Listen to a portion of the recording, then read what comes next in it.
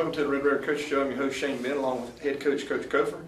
We're going to talk and break down a little bit about the Groves homecoming game, and then talk about last game of the season with McIntosh Academy and the ramifications of it, where we stand, what we got to do in the region as far as this coming Friday, and what happens if we win or lose.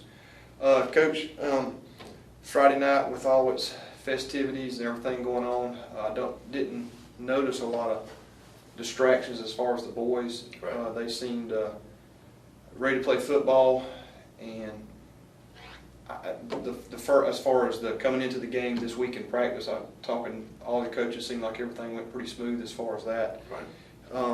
And I knew they were coming in thinking Groves, and not a lot there. I know those guys.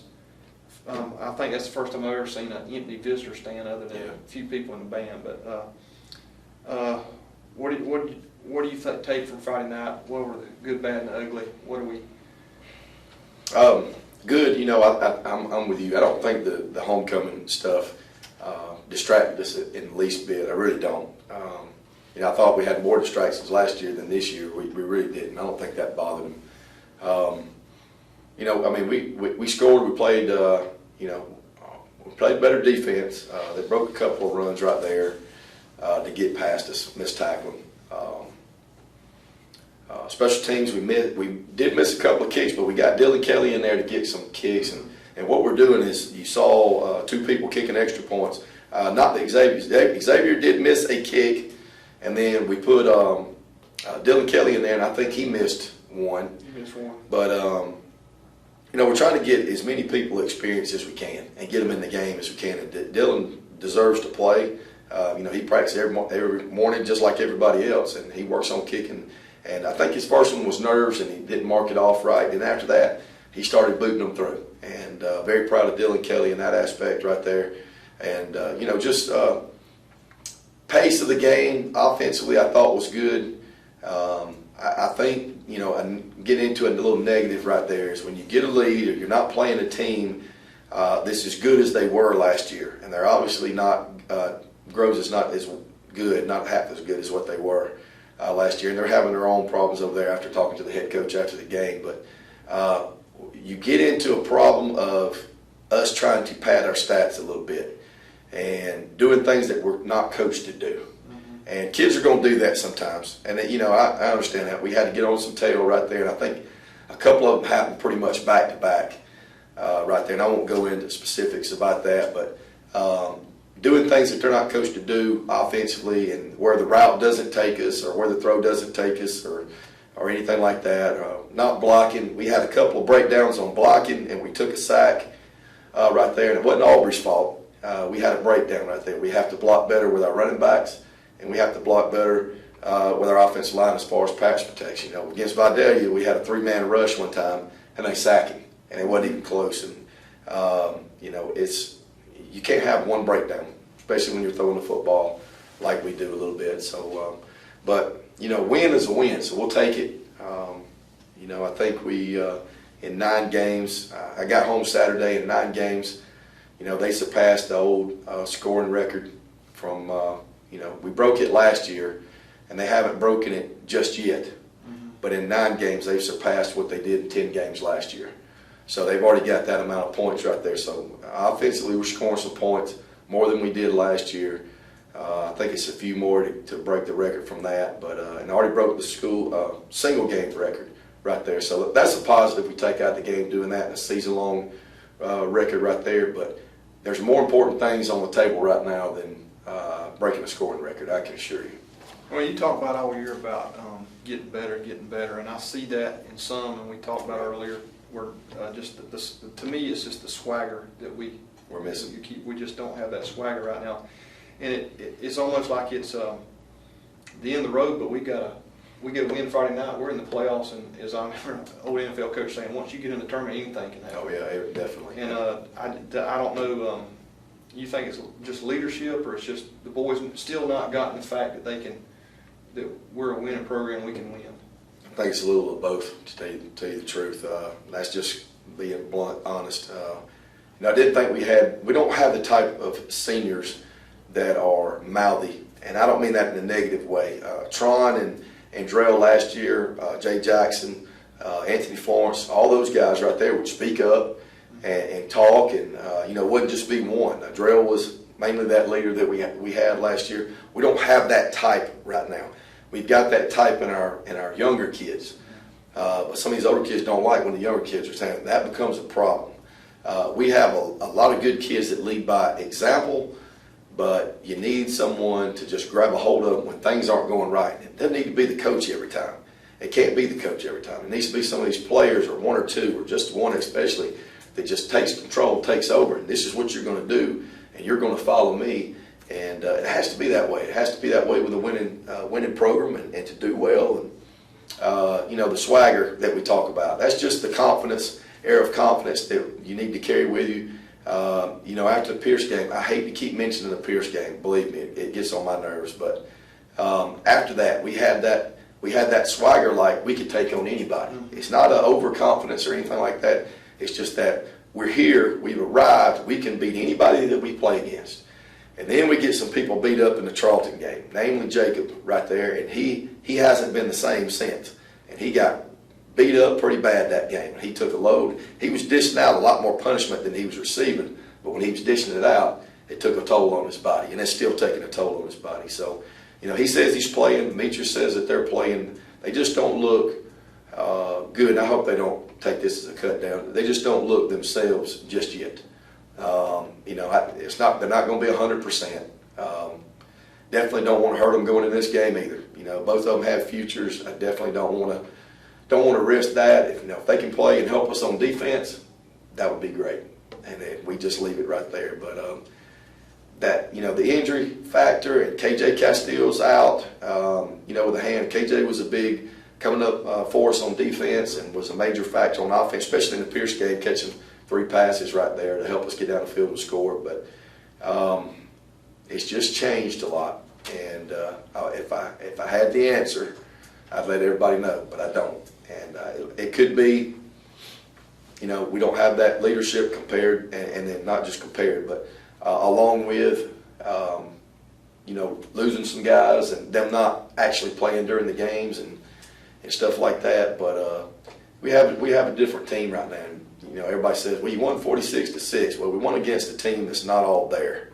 That's not near as good as they were last year and gave us the game that they did last year. They were very good, very well coached last year, and he's doing his best job that he can right now with what he has. He just doesn't have the kids to do it with right now. So yeah, you can see it in their face. I'm talking about Groves. They didn't even want to be on the field on Friday. Right. You just see it in their face. Right. It's a positive though. If we had played another 5 ball games, Aubrey Carter to me each week seems to get a little bit better. And I don't want to get on picking him out specifically, right. But his decisions he's making on the field, throwing the ball away, getting it to players, his throws, everything just seems to be. Wesley Cofer did a good job running the football on Friday night. So there's a lot of positive we take from it. But I know going into this week, we'll get that in a second. Robbie's going to have those boys ready to play football when they come here Friday night. So and my worry is not MCA the kids and talent level. My worry is not our talent level compared to theirs. My worry is excitement, hungry, just the hunger to go further and all that. To be honest with you, I don't know where ours is. It wasn't a bad day this morning. It really wasn't. We kind of drifted off at the end of practice, and that was offense. It could have been because we were running so much offense and trying to do things. I won't lie. We trimmed the play call sheet in half this past week because there were certain things that were evidently things that we've been working on since the summer had gotten confusing. I tried to do it right back again this week. Dumb me, because it'll be short again. So, if everybody's wanting to see a lot of different plays and all this, you have to line up and have it correct, and the kids need to know what they're doing, and you can't put that in a short amount of time. So, my apologies, but we're going to be very basic. And, some people live by that, and that's a good thing. And it doesn't mean that we won't win. That just means that you won't see a lot of new stuff, that we're going to have to get great at what we're doing. Big Man's had a good past few weeks, good year. He hadn't played in a game and a half and still has over 700 yards. got more catches than Tron Folsom did last year, 4 more catches, and I think 20-something more yards and 4 or 5 more touchdowns than Tron did last year. Tron was a big asset for us last year, but Big Man's having a great year catching the football and doing some good things right there. Xavier Hayes is doing a great job catching the ball. Lagondrick Snell, Ron Johnson had a big night Friday night. It was big for Ron to catch a post and catch another guy. I think he had 3 catches on the night. Brody Fitchett does a good job running and doing all that. And, Peterson was doing a great job snapping the football. King Peterson, offensively, Hart, I don't think he had a minus in the first 20 plays. That might be because everything's so simple for us. That's what we want. We want everybody to not think when they're playing, offensively and defensively. Our little guys on defense are just going to have to fight. It's going to come down to that. I don't think that their offense, so to speak, is better than ours. Their defense right now plays with more intensity, more speed, more want to than our whole team does right now. We have to find it by Friday, and I hope we find it. I'm sick and tired of talking to them. I think it goes in this ear and out this one. And I hate to be bluntly honest with everybody, and I'm not trying to get everybody down, but mentally we're not 100% right now, just to be honest with you. And I hope we get it. I think we pulled this game out Friday. I think the attitude will change because it's free football from then on. Once you get to that free football come playoff time and you're into the playoffs, it's like a different season to everybody. It just happens. It's not anything that you have to say. It's just a different attitude with coaches, with players, I think with fans. And you just said it earlier. Anything can happen in the big tourney, and good things can happen, and we can make things happen right there. But we have to beat this one Friday first. And stay healthy. I can't remember in recent years the injury bug hitting us like it has this year, and that I think has played a lot into it. Coach, here at the break, other than Jacob and Demetrius, what other injuries to speak of that we? KJ Castile's out. He's got pins in his hand from when he broke his hand at Jeff Davis. So, that hurts not having KJ on offense or defense. Keith Peterson's ankle, Andrew Bloodworth's ankle, they got some knots right there. Keem did not tape his foot up today, which was not a good idea. And he got a little sore after practice today. We'll tape it back up. He thought it was good to go, but he was wrong. And he didn't hurt it. I think it just angered it a little bit. Yeah. Got Trey Stewart with 2 big knuckles on his hand. He says he's good and he can catch the football and he's good. It's just been that way for a couple of weeks. We just got big time bumps and bruises. And our kids are walking around kind of beat up. Sometimes you expect that toward the end of the year, but we seem to have our more of a share than anybody else. And we heard about Vidalia's, and Vidalia didn't have what we had, except with her stud player that they had. But other than that. Well, one last note on the side note, Demetrius, homecoming king Friday night. That's the Wars banner. The whole game, and decided he and Jake were going to put on the headsets and talk back and forth on the sideline. I'm glad I didn't have a headset on. Yeah, he asked me. He said, "I love this." I said, "Coaching, so you want to coach with him?" He said, "No, talking on the headset." He said, "I said, who are you talking to?" He said, "Jacob," and he was standing where you were. Yeah, so they were having fun with it. That was the comedy hour on Friday night. So we'll take a quick break. We want to thank our sponsors, ATC, the Blueberry Inn, Titan Modular, and Julie Specialties are some of those. We'll talk about the rest throughout the show, but we want to thank those particular. We'll be right back after a quick break.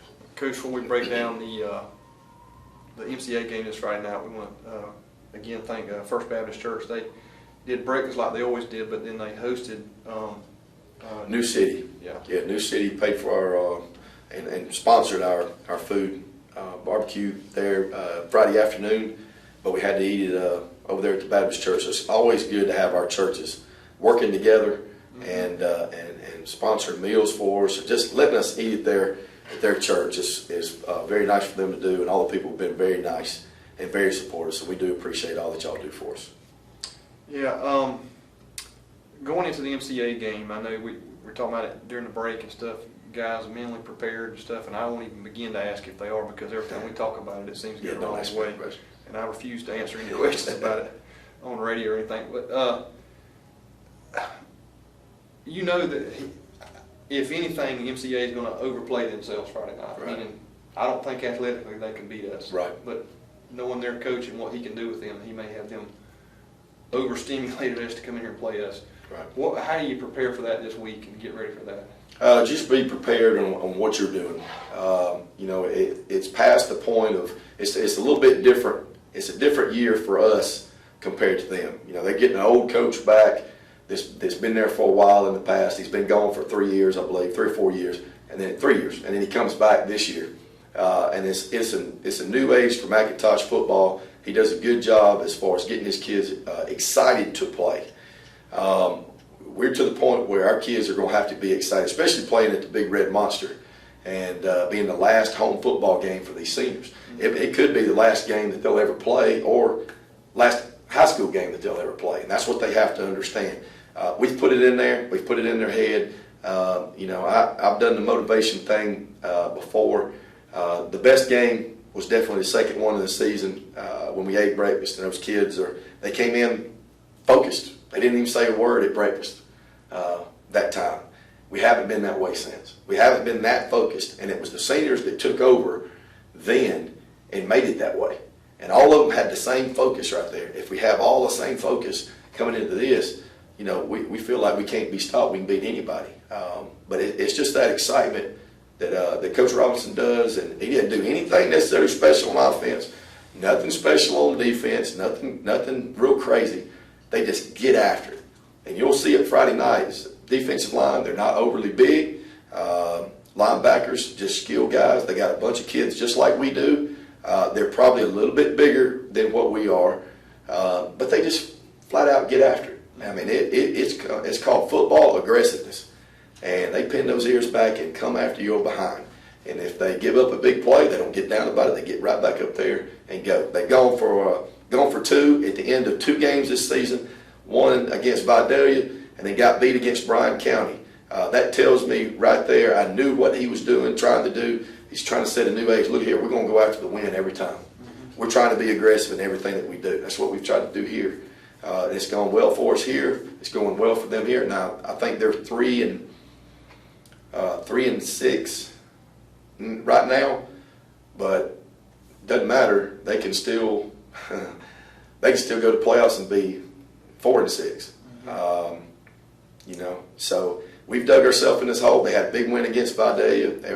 You know, the other ones, you can't compare scores to other teams that we've played. If you do that, then we should win going away. That's not the case. You can't do that. It's about matchups and how you match up with different teams. It's about size. It's about want to. And right now, if I had to bet, I'd bet want to is in their favor right now. You know, you just see it on film, the excitement that they have. You see excitement with us too, but we just hadn't had one of those games lately where we just get there and just go after it on defense. And offensively, that's the way we're kind of trained to do, is go after them and stay that way. So that's kind of the normal for us. I just want us to hold off at the beginning of that game. We have to hold off their excitement, and we have to start off fast. We have to have some good things. We got to play good defense right there and hold them, play field position, and score. I mean, you got to outscore the suckers. You got to have a big play on special teams, need some turnovers, and don't need to turn the ball over. But if you do something like that, you hold their excitement, you keep the ball away from them, we'll have a good night. Well, you talk about their defense, their offense stuff. So you think really nothing special about that part of it. It's just we've got to have the the more want Yeah, to Friday night. I said that at the beginning when we started doing this right here. I'm not worried about their kids. I'm not worried about our kids as far as physical part or scheme part, offense against defense. That's not what I'm worried about. I'm worried about their excitement. They're going after it. They're trying to get up because they're trying to change their program for the good. They just went 0-10. They give up 50-something points to us last year after having a 14-0 lead. They had the athletes last year. They got them now. He's just trying to change that attitude and get them in the first season, and that'll do worlds of good for them next year. Now, they've already done some good things this year, beating by day. That's a big win for them. And then going for 2, and they've lost some close games. But we need to put this one away. We need to have that swagger at the beginning of the year that we had. Hopefully we'll find that this week. But definitely cutting back on the playbook just to keep it simple for our kids and get after it. And I think we can play faster that way. We're looking for a big game out of our receivers, our running backs, Wesley, and Aubrey will do a good job. He's gotten better and better every week. So 1 and 7 are still day to day whether they'll even play Friday. Yeah, I couldn't tell you. I'd be lying if I just got to ask that at lunch today about, Coach, you going, and believe me, I don't mind I like when people in our community come up to me talking football. I love it. That might get on some people's nerves. Man, you can call me day and night and I'll talk football with anybody. But that's the common question that I get. Coach, they're going to be ready Friday. Well, brother, I don't know. I couldn't tell you right now. And then next question is, what about number 1 and number 7? Brother, I don't know. I couldn't tell you. And,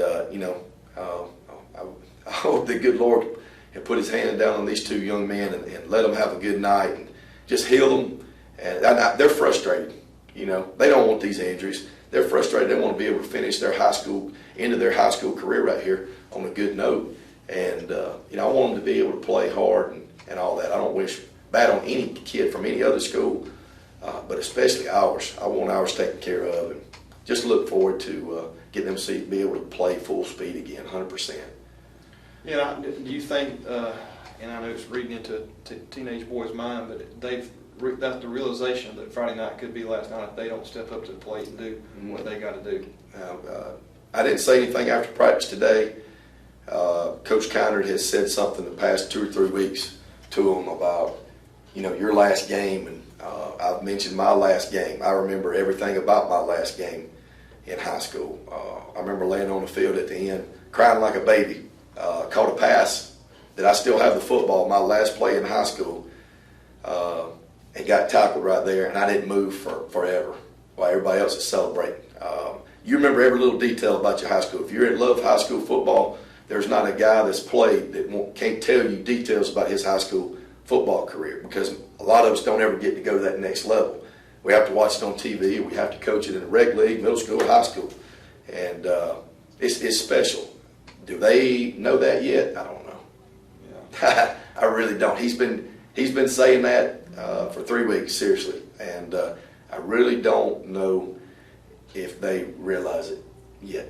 And a lot of them won't ever get to play this game again. It'll be the last time they get to do it if we get beat. So I'm always the positive. I always think we're going to win. I just don't know. I can't tell you what these kids are thinking. I don't know I know as less or just as much as everybody else does. Well, at the end of the show, we'll post his cell phone number, so if you want to call him and ask questions, he said he liked that. But, Coach, just breaking it down, though, X's and O's, special teams, offense, defense, do you think there's a spot that we need to be particularly worried about Friday night with them? Yeah, my thing is the matchup with their defense and our offense. I think most people, the way we've been playing defense and not performing, everybody says, well, their offense and our defense. Their quarterback runs a lot. They're having to deal with what they have. They have not found a tailback just yet that can tote the mail for them. And I say that, and that's why I'm knocking on wood, because I don't want them to find one this Friday. They got a good receiver, number 7, don't know his name, does a great job. He's about 6'3", kind of like a Tron. I don't think he's as good as Tron Folsom, but he's pretty athletic, and he's very aggressive in catching passes and stuff like that. I think this is more of a game to our DBs and our defense's liking. I think that, we've been facing the wing T smash mouth so long, weeks in a row. I think this fits us better defensively. We'll find out if I'm telling the truth or not, but I think they get into this a little bit more. This is more up our alley. Offensively is what I worry about, because I think their defense is, like I said, I think they come after your tail. I think they have 11 kids that are focused on getting to the football and getting there. And, I worry about that. They're going to play a lot of man-to-man against us, which could cause some problems. We're used to that. We should be used to it. We've been practicing against it since the summer, actually for 2 years. So we've got all these kids back. For the most part, this worked on this. They know how to play man-to-man. They know how to play in zone and look for the football and be aggressive. We have to be more aggressive blocking on the edges right there. Special teams-wise, can't give up a special team score. They got some kids that can take it back. We got a couple too.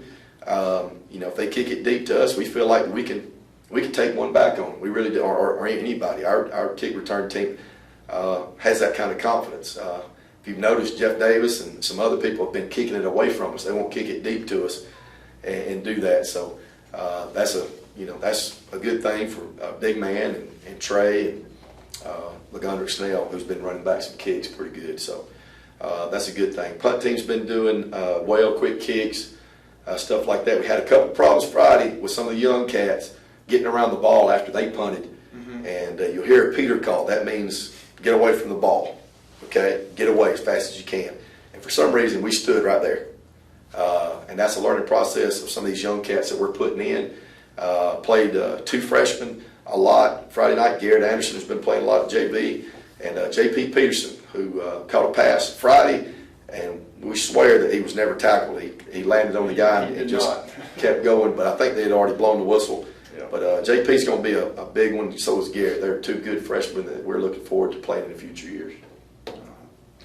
Coach, anything else? I had one more question, not part of MCA, but your JV's done now. The freshmen, you got some already gone into wrestling and basketball and stuff like that. Right, we give them that freedom right there if they want to go ahead. Drake Bloodworth's a sophomore, but Drake's a big time wrestler, and Drake wants to go ahead and get focused in that, and that's fine, and that's good. We got some that are doing football in the mornings and then going to wrestling in the afternoons. And Coach Bergeron, our basketball coach, will not let them do basketball just yet, and that's a good thing.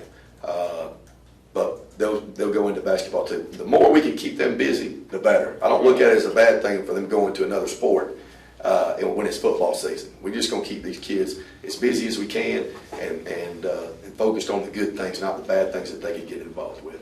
But I just, the main thing I want to say, you asked me if I wanted to say anything, is I said it after the game. We're going to need everybody there.